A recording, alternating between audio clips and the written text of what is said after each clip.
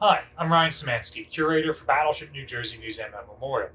Today we've got another questions video for you, where we're going to answer a couple of the frequently asked questions that viewers like you have let us know about. If you're a new viewer and you've got questions about the ship, the museum, the Navy in general, let us know in the comment sections of any of our videos. We try to monitor our stuff, and every couple of weeks we put out a question video like this where we answer frequently asked questions. Or in some instances, the question may warrant an entire video about it. So, today we've got a couple of questions for you. First off, the difference between CEC and CIC. CIC is the Combat Information Center. That's where we are today. The space is not on our tour routes right now because we're still restoring it. But this was a World War II innovation as a space where you can coordinate all of your electronics information into one space. What's your radar, your sonar, your air search, your surface search? What's all that telling you? Prior to the middle of World War II, all of those different pieces of information went to different places, and so the captain didn't actually have a good view of the battlefield, what was happening all around him at one time. So by coordinating all that stuff, putting in one space, then you can give a pretty complete picture of what's going on. On the battleship, the captain commands from the bridge. Now, on modern ships, oftentimes the captain commands from the Combat Information Center. So with this ship, you tended to only fire at ships or at objects that you could see, whereas on modern ships with missiles, you have a much more complete picture with your satellite imagery and radars and everything from inside CIC than you have from inside of the bridge. So, the battleship was built with a Combat Information Center. In the 1980s, the Iowa-class battleships became perhaps the only ships in the entire Navy to get a CEC, or Combat Engagement Center. CEC does basically the same thing as CIC. Simply put, all of the new missile equipment that was added in the 80s could not be jammed into this space. We're 4 decks below, and we have the main armored deck overhead that's 6 inches thick. So running cables and putting in computer systems and everything down here was really impractical. So instead, the Navy took the Combat Engagement Center and put it in what had been the Admiral's spaces. They weren't planning on using these ships as flagships anymore. The Admiral spaces were on the O2 level, directly above the captain's cabin, so they were relatively unarmored, and so it was really easy to cut into there. It wasn't too far from the new missile systems that were being added. It made a lot of sense. After they put all that equipment in, then they plated the whole space with 3-inch HY80 steel, which is the modern equivalent of armor. It tends to be used a lot in submarine hulls. So it's not as well armored as CIC down here, where we're inside of the armored belt, which is over 12 inches thick in places. But with 3 inches of armor thickness, it's still significantly thicker than armor plating almost anywhere else on contemporary ships. So by modern standards, when it comes to defeating missiles, that space is well enough armored. It'll probably stop a 5-inch projectile, which is basically the largest projectile that's arming enemy warships, and it will probably stop most surface-to-surface missiles. What was this space used for in the 80s? Well, it was still manned as a redundancy, and we do still have surface search and air search sets coming through here. In reality, it wasn't really used that much, and I suspect sailors would hide in here and goof off. If you served on this ship and have any idea what the operations department did in CIC in the 1980s, let us know in the comment section down below. Another question we got along the similar vein is the battleship has massive redundancies built in. What about for the Tomahawk cruise missiles?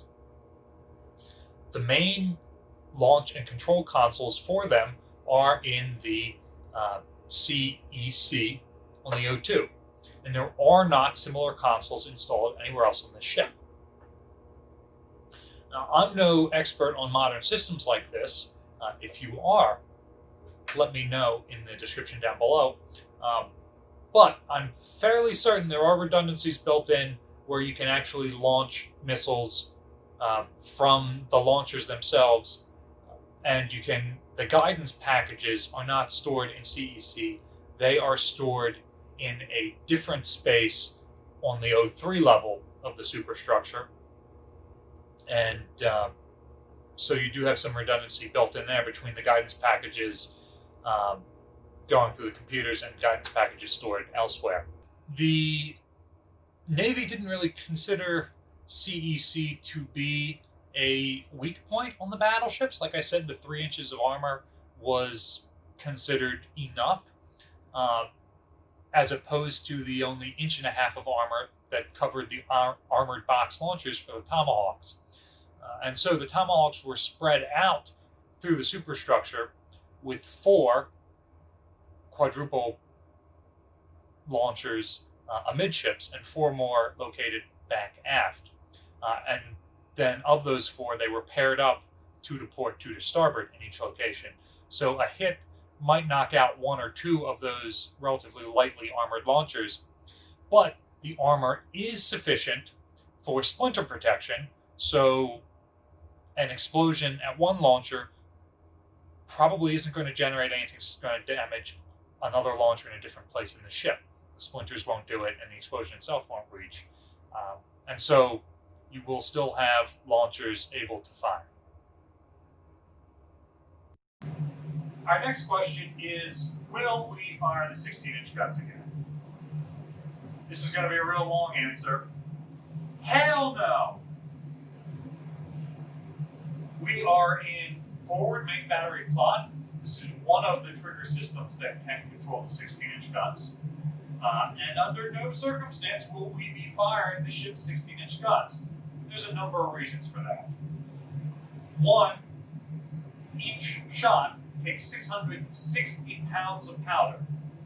With just 2 pounds of powder, we break the glass in the windows in our visitor center. With 660 pounds of powder going off in downtown Philadelphia, say goodbye to every piece of glass in the tri-state area.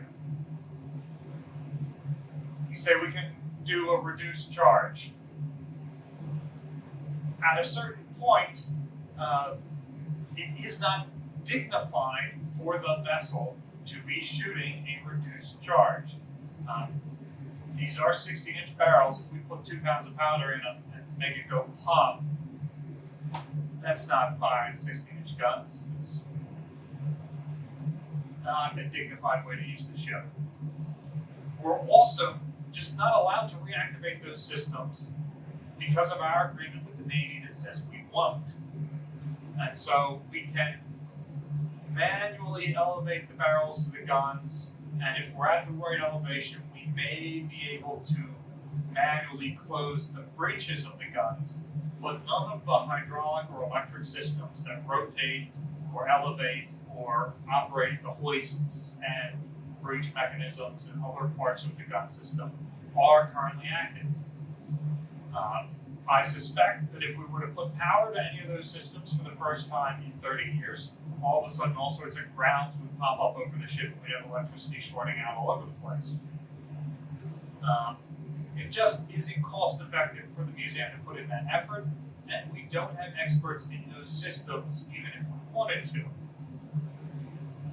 One thing that we have considered and would consider in the future is putting a sleeve inside of the 16-inch guns and working with something like a fireworks or pyrotechnics company to fire one of the guns or simulate firing one of the guns. We would have to test that first to make sure that it doesn't look goofy and portray the ship in a bad way because it's just not enough sound, not enough flash. And I'm honestly not convinced that it's possible. Our final question of the day is in the same vein as the last question. Will we ever light off the ship's boilers? Again, that's a real short answer. Hell no. The Iowa-class battleships are not fuel efficient by any means. They can hold about 2.5 million gallons of fuel, and at most economical, that'll last about a month. So, whatever the current price of diesel is, multiply it by 2.5 million, and that's what it costs to fill the ship up. So not cheap. Also, our agreement with the Navy says that we will not reactivate any of the ship's steam systems, which all start here in the boilers and include our propulsion systems. Additionally, it would require us to open through hull openings to allow cooling water and feed water and other things into the ship. And those are all welded shut for a reason, so that the ship doesn't flood as it gets older. So we're not going to go into dry dock and open those up again.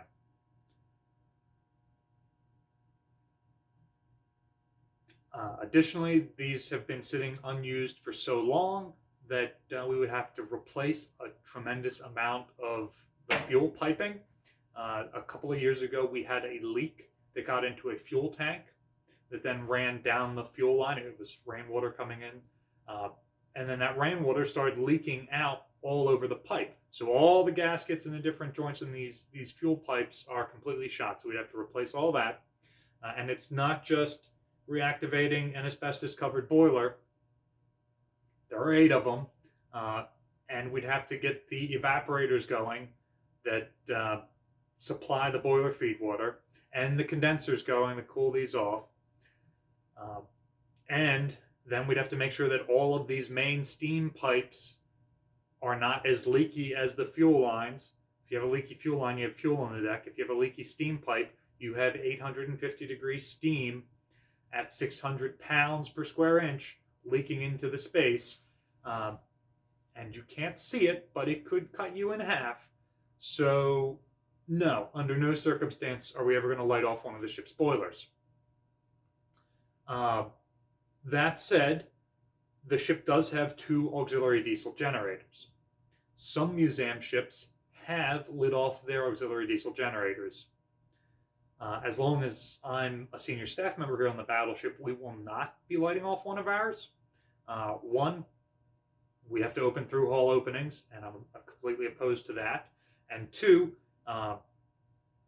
we'd have to reacquire a ton of parts for them because many parts for those systems were stripped to be used on other ships.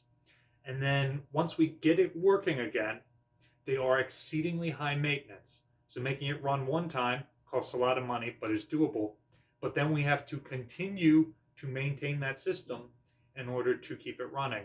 And with our volunteer workforce, I do not trust that we will be able to maintain a system like that over the long term.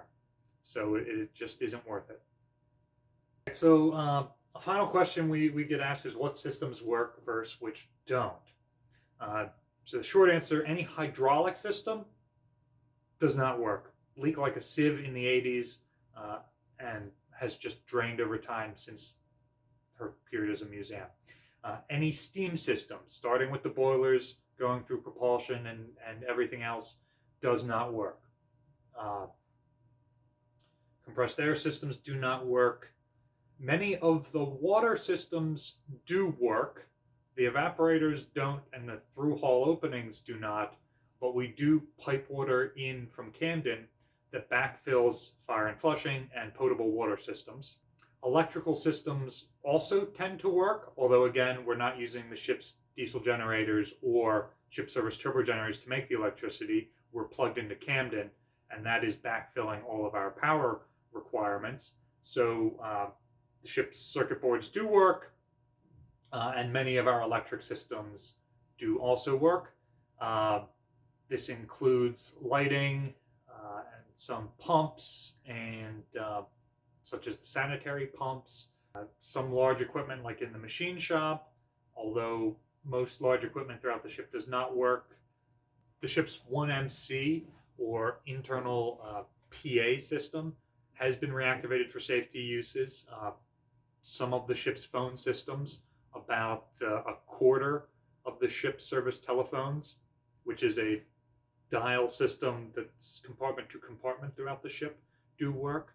And the ship's sound-powered phones, of course, do work.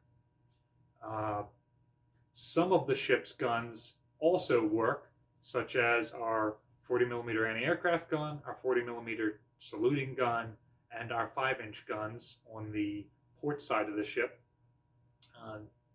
Their systems have not been reactivated, but we can manually open the breech and load a reduced saluting charge and